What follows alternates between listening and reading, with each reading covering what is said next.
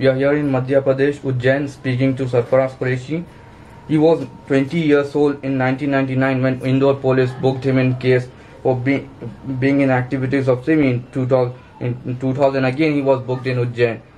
So from there on, continuous 10 years, he has been continuously targeted by Ujjain police, MP police. His life was totally sabotaged. So we are going to speak to him regarding how his life changed after police, MP, ATS and everything got targeted him. So Sarfaraz साहब बताइए कि आपकी पढ़ाई के ताल्लुक से आपकी कैसे शुरुआत हुई? सर मैं उज्जैन से ताल्लुक़ है मेरा और मैंने उज्जैन में ही पढ़ाई की है तो कंप्लीट BA फाइनल किया है मैंने माधव कॉलेज से। और इसमें ये कि एक बार 12th मैंने जो है के लिए इंदौर के अंदर गया था मैं, जहाँ पर मैं ट्यूशन के ले रहा था और कंप्यूटर क्लास कर रहा था। और ये मेरे पढ़ाई के दौरान जो है इसके ऊपर कुछ केस भी लगे हैं पुलिस की तरफ से, जो भी इसमें पढ़ाई भी जो है पे इफेक्ट पड़ा है मेरे। तो 99 में आप पर इंदौर में केस बना, फिर 2000 में ही बना पोस्टर केस के नाम पर मध्य प्रदेश में जितने भी मुस्लिम नौजवान को, सैकड़ों मुस्लिम नौजवानों को टारगेट किया गया, उनमें से आप भी एक है। तो उस केस के ताल्लुक से थोड़ा बतलाइए। असल में कि हमारी जो लाइफ है मतलब ये कि कहीं ना कहीं दीनी उसमें जुड़ गया था, तो दीनदारी पैदा हो गई थी, नमाज पढ़ने लगा था, ये सब चीज़ें मेरे अंदर थी। हल्की फुल्की दाढ़ी के जो है कुछ बाल आने लगे थे, तो कहीं ना कहीं एक चीज़ तो ये थी। और दूसरी चीज़ है कि एक सिमी नाम की जो संगठन जिसको आप सब जानते हैं, उसके कुछ प्रोग्राम्स हुआ करते होंगे और हुआ करते थे। तो बाबरी मस्जिद के इशू पर 6 दिसंबर के दौरान 99 के अंदर इंदौर में कुछ पोस्टर लगे, जिसमें बाबरी मस्जिद के लिए दुआओं के लिए इल्तिजा की गई थी उम्मत से, उसके पोस्टर लगाए गए थे। इस पोस्टर को लेकर के पुलिस ने कुछ नौजवानों की अरेस्टिंग की। और जो वहाँ पर उस वक्त मैं जो है कंप्यूटर कोर्स कर रहा था और जो है वहाँ पढ़ाई के लिए आया जाया करता था, हालांकि मेरा प्रॉपर उज्जैन में रहता हूँ मैं, तो वहाँ मुझे इंदौर पुलिस ने अरेस्ट किया। मुझे अकेले को अरेस्ट किया पुलिस ने, और ये जो है इल्ज़ाम लगाया कि तुमने पोस्टर लगाया जिससे दंगे भड़क सकते हैं। तो 153 के अंदर मुझे अरेस्ट किया। हालांकि 153 कोई बहुत बड़ी धारा नहीं थी, बाकी उसमें मुझे अरेस्ट किया गया। और उसके नतीजे में मुझे तकरीबन 10 साल तक के कोर्ट के चक्कर मैंने लगाए हैं, और 10 साल बाद जो फैसला हुआ उसमें मुझे बरी कर दिया गया। ये मेरा पूरा उसके अंदर रहा बीच में। और क्योंकि उस वक्त से मेरी उम्र 20 साल की थी, यानी देखा जाए तो मैं 20 साल की उम्र कोई बहुत बड़ी नहीं होती है, और ना कोई बहुत बड़ा जो है कोई इंसान क्राइम कर सकता है इस दौरान। लेकिन मुझे बहुत बड़े केस के अंदर बड़ा केस बना करके मुझे 10 साल तक के इसके अंदर मैं परेशान हुआ हूँ। पहला केस था मेरा, उसी केस के आधार के ऊपर, उसी केस के मामला को लेते हुए मुझ पर जो है, जब मैं उज्जैन में था, मैं रहता हूँ उज्जैन में, तो उज्जैन में था उस दौरान तो 2000 के अंदर एक केस और बना। उसी तरह का एक पोस्टर उज्जैन में भी लगा था सीमी की कॉन्फ्रेंस को लेकर के, तो पुलिस ने उसमें अरेस्ट किया और ये कहकर अरेस्ट किया कि जो है दंगे भड़क सकते हैं, दंगे भड़काने के पोस्टर लगाए गए। हालांकि दोनों पोस्टर के बाद किसी ने भी लगाए हों और उसके बाद दंगे नहीं भड़के, ना भड़के हैं अभी तक, लेकिन उसके बाद भी जो है उस पोस्टर को लेकर कोई दंगे नहीं भड़के। लेकिन हम पर केस लगा दिए गए और हम जो है आज तक के जो है चक्कर लगा रहे हैं उज्जैन के अंदर। मैं आज तक चक्कर लगा रहा हूँ, 10 साल उस केस को भी तकरीबन हो चुके हैं। और इंदौर में तो 10 साल के बाद बरी किया गया मुझे, 10 साल तक मैं चक्कर लगाया मैंने किया। और ये उज्जैन में जो केस लगा वो भी जो है 10 साल से आज तक चल रहा है, और अब जो है हमें कंटिन्यू तारीख पे जाना पड़ता है, और आज भी हम तारीख पे जा रहे हैं। तो ये तो आपके पोस्टर वाले केसेस की बात हो गई जो 10 साल तक चलते हैं। 10 साल के दरमियान पुलिस किस तरह हरासमेंट करते रही आपको और आपके फैमिली मेंबर्स को? हम पे जो केस है आज तक कोई क्रिमिनल केस मुझ पर नहीं है, कोई गुंडागर्दी, कोई बुरा केस मुझ पर नहीं है, ना ऐसा कभी ना मैंने कोई ऐसा काम किया है।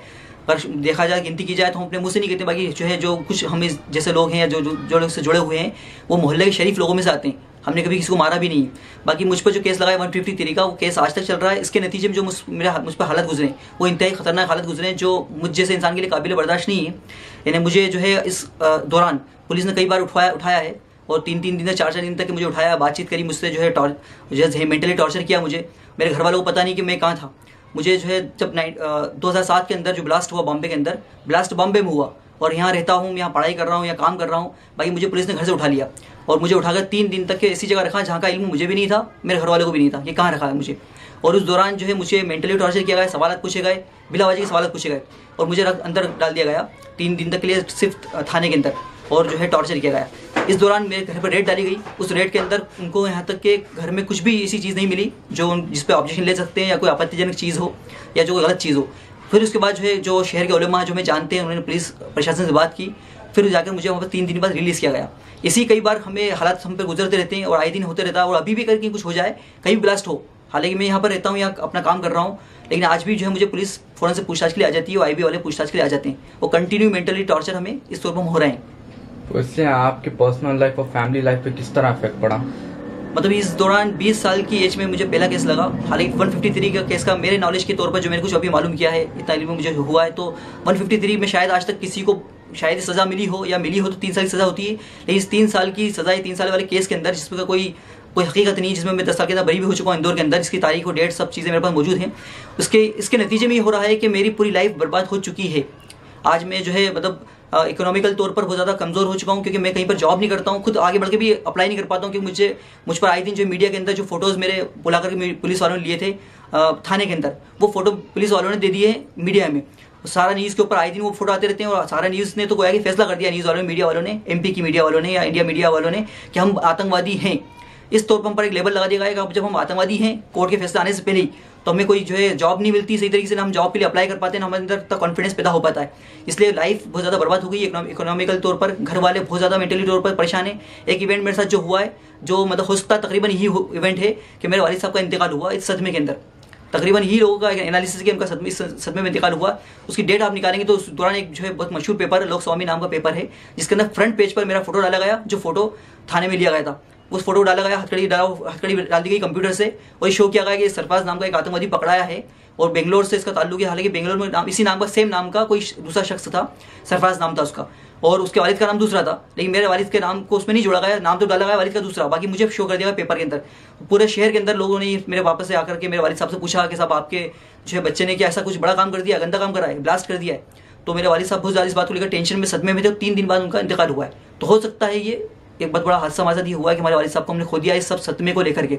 और मतलब बहुत ज़्यादा उनकी टेंशन, क्योंकि सबसे ज़्यादा मुझसे ज़्यादा टेंशन में रहा करते थे। जब 3 दिन मुझे अरेस्ट किया गया, पता नहीं कहाँ पर ले गए, क्या टार्चर किया होगा, क्या मारा होगा, ये सोचकर वो जो बहुत ज़्यादा परेशान रहा करते थे। मेरे वालिद का इस सदमे में इंतकाल हो गया है। मैं इस सदमे के अंदर रहता हूँ, अपने आप में कहीं ना कहीं टॉर्चर मेंटली तौर पर होते रहता हूँ। एक IB वाला खड़ा होकर मुझसे पूछ लेता तो मैं टॉर्चर मेंटली तौर पर हो जाता हूँ, परेशान हो जाता हूँ।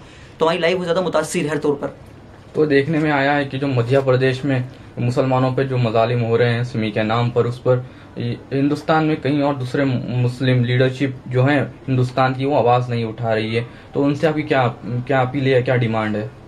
इसमें यही जो है डिमांड हो, हम अपील करना चाहेंगे कि जो कुछ मुस्लिम तबका जो मुसलमान हैं, या जो कुछ जो है गैर मुस्लिम हजरात जो इंसाफ पसंद हैं, उनसे हमारी डिमांड ये है कि थोड़ा आकर के इस मसाइल को देखें, समझें कि क्या हकीकत में हमने कोई जुर्म ऐसा किया है, हमारे 153 का ये कोई ऐसा केस है, तो हमें सज़ा दे दीजिए आप। हमें वो 3 साल की सज़ा, ये जो कुछ सज़ा है वो मंजूर है, बनिस्बत इसके कि हमें जो है लंबे टाइम तक के बिला वजह की सज़ा दी ही, हमें जो है अघोषित सज़ा जिसे हम बोलेंगे, बगैर किसी ऐलान के हमें जो है सज़ा हम पा रहे हैं, हमें सज़ा मिल रही है। तो या तो फैसला कर दीजिए हमने अगर गलत किया तो, और हमने कहीं से कहीं तक कोई गलत नहीं किया है, हमारा कोई इन्वॉल्वमेंट इन चीज़ों में नहीं है। जो गलत चीज़ें अगर हुई हैं तो हमें उसमें कोई इन्वॉल्वमेंट नहीं, आप आगे मालूम कर लीजिए।